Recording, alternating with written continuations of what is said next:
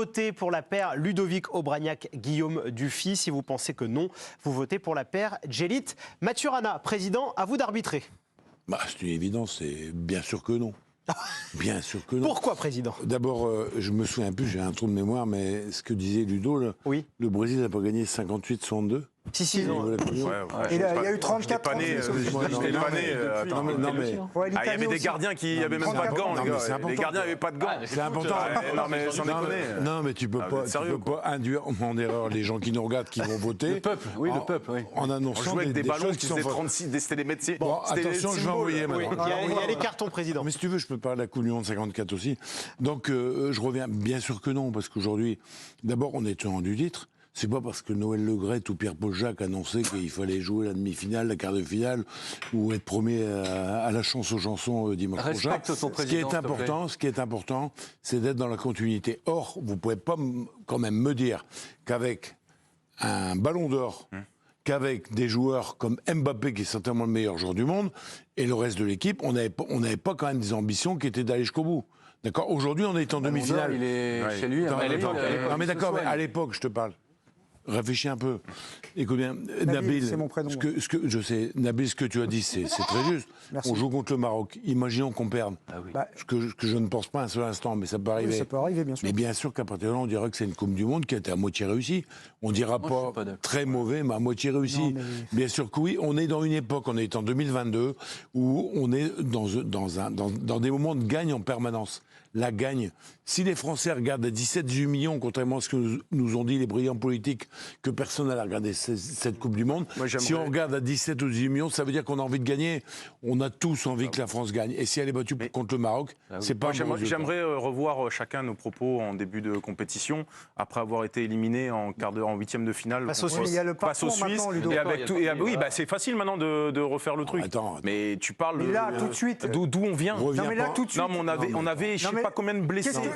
Quand on a vu la liste, quand on a vu les blessés, quand on se souvient de l'Euro, vous allez me dire qu'avoir incroyable. Les débats, dire quand les Pogba n'étaient pas là, c'était pas dire. Non, mais on a Chouameni, on a Rabiot, pas de problème. Arrêtez les gars, on n'a pas dit ça. Arrêtez de mentir. Nabil, répondez. Nabil est toujours dans la tendance. Non, mais tu réponds pas à la question. On peut pas. Il me traite de démagogue. Non, mais sérieux. Messieurs, pas tous en même temps.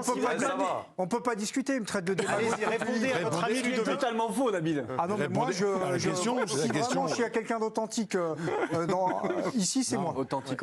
Oui. Non, je déconne. Non, mais plus sérieusement, Ludo. Si là, on se fait sortir maintenant, qu'est-ce que tu te dis? Émotionnellement. Je te parle pas de.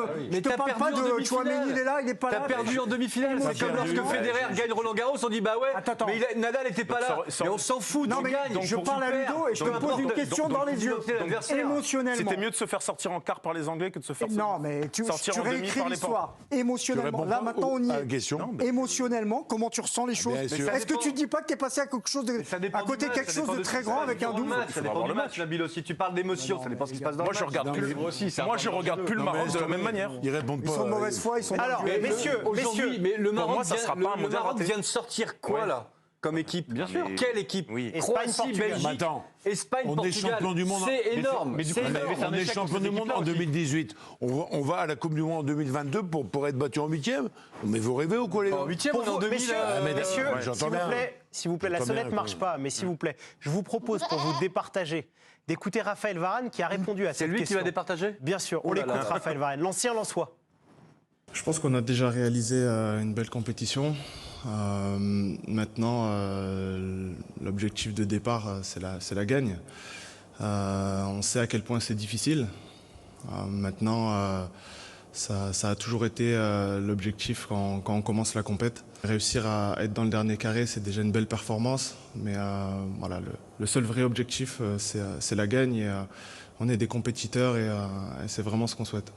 Raphaël Varane l'a dit, le seul vrai objectif, c'est la gagne. On va aller voir un autre interlocuteur. C'est Romain Aran qui est à Doha. J'ai hâte de l'écouter. Voilà, Romain, est-ce que vous, par rapport à ce que vous ressentez, on rappelle que vous êtes à Doha, vous suivez les Bleus, est-ce que vous avez la sensation que pour les joueurs, ce mondial est déjà une réussite ou vraiment c'est la gagne, ils veulent la 3e étoile?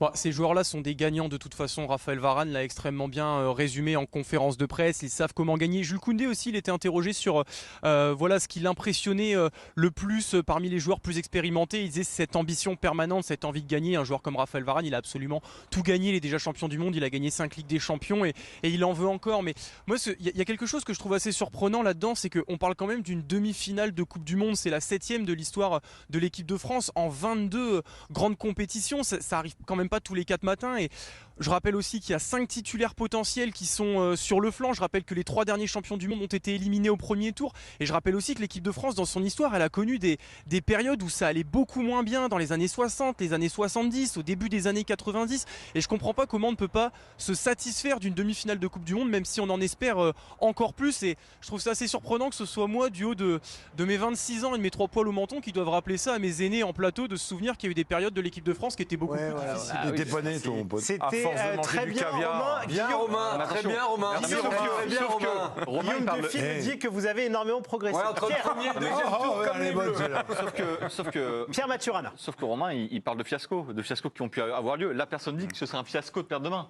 Ce serait une déception. Mercredi, pardon. Ce serait pas un fiasco. Par exemple, perdre en quart de finale contre l'Allemagne au Brésil, c'est un échec. C'est un échec. Même si c'est les débuts, même si c'est les débuts de Deschamps, bah oui, mais enfin quand tu vois le match, quand tu vois que tu as des occasions et que tu n'arrives pas à marquer, c'est une réussite. Alors perdre contre le Maroc en demi, ça serait une réussite. C'est incroyable. Mais on se moque de l'adversaire. C'est les demi-finales. On se moque de l'adversaire. S'il vous plaît, écoutez-vous, c'est inaudible pour les téléspectateurs. Pierre Maturana qui écoute pas. Non, il est très discipliné, Pierre. Avant le début de la compétition, sachant ce que l'on savait. Mais on s'en fout. Est-ce qu'on n'aurait pas misé en disant demi-finale, est-ce que ça n'aurait pas été satisfaisant? Ça dépend du parcours, vraiment. Pour vous, Pierre, le parcours, alors on rappelle que les Bleus sortent d'une poule très facile, la Pologne en huitième, disons qu'il n'y a que les Anglais comme et qui était très bien référence. Qui était très bien meilleur que nous, presque. Mais c'est toujours pareil dans un tournoi, si tu tombes contre un potentiel vainqueur en huitième ou en quart. Non mais t'as deux lectures. T'as la lecture Wikipédia, on s'est arrêté en demi-finale, objectif atteint, et t'as la lecture émotionnel et du contenu. Point. Demain, c'est comme ça. On ne peut pas prédire à l'avance ce qui va se passer. Et ensuite, là où je trouve qu'il y a un peu, pas de malhonnêteté, mais il faut mettre un petit peu de perspective. La France, aujourd'hui, OK, on n'a pas de gaz, on n'a pas de pétrole, mais on est assis sur du gaz et du pétrole en termes de joueurs. Je termine. Quand les autres équipes nationales ont des forfaits, tu penses... Attends, bouge pas. Oui, mais toutes les élections ont une faille. Quand les autres équipes nationales... Oui, pardon. Qu'est-ce que j'ai dit ? Élections, mais on t'avait compris. Quand les autres sélections nationales perdent des joueurs, les Belges ou d'autres, qu'est-ce qui se passe ? Ils font les fonds de tiroir. Quand la France, elle perd des joueurs, elle est capable de les remplacer par des gamins qui sont titulaires à Liverpool ou titulaires au Real. Ça, il ne faut pas l'oublier. Et même comme ça, on a encore un banc derrière avec des joueurs. La vérité, c'est que la France, aujourd'hui, c'est comme le Brésil. Il y a du talent partout. Et donc tu nous chantes les louanges. Donc tu nous chantes les louanges du Maroc. Non, mais tu nous chantes les louanges du Maroc en disant que c'est extraordinaire, c'est une grande équipe. Ils s'assoient à la table des grands, mais si tu perds contre eux, c'est honteux. Est-ce que j'ai dit ça ? C'est ce que tu dis. Non, mais est-ce que j'ai dit ça ? En filigrane, c'est ça. Là, on peut pas discuter. En filigrane, c'est ça. En filigrane, c'est ça. J'ai jamais dit ça.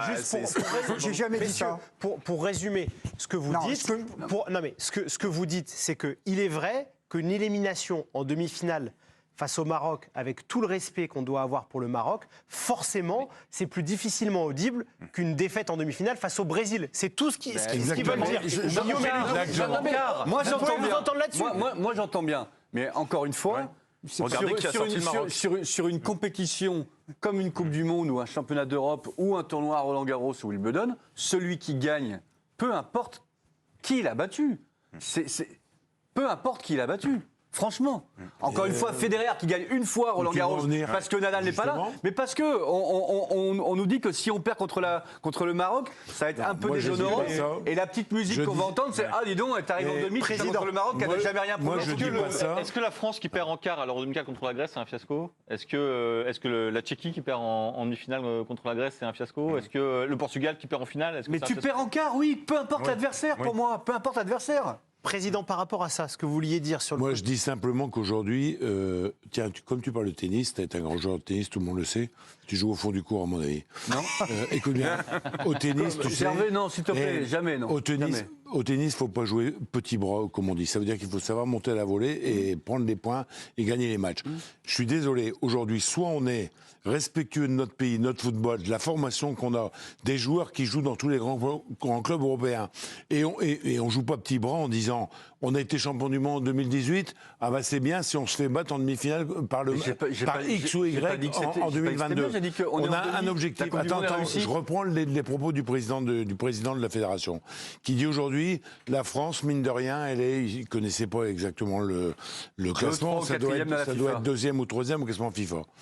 Tu as une Coupe du Monde qui est organisée au Qatar, avec une poule qui est quand même pas extrêmement difficile, avec un match contre les Polonais dont on connaît malheureusement le niveau faible de l'équipe polonaise, et un match gagné contre les Anglais, je suis désolé, je vais peut-être le seul à le dire, laisse-moi finir s'il te plaît, sur le fil du rasoir, tout le monde est d'accord avec ce match peut être perdu. Aujourd'hui, on arrive, remarquable, on arrive en demi-finale, si on va pas au bout les gars, si on se fait battre en demi-finale par Pierre-Paul Jacques, voilà, c'est le Maroc. C'est un échec. Ça serait une mauvaise Coupe du Monde pour moi. Non, mais j'ai l'impression que pour mes collègues, c'était moins déshonorant de se faire battre par l'Angleterre en quart que de sortir par le Maroc en demi. Malheureusement, c'est ça. Mais tu passes un tour de... Enfin, les gars, on parle...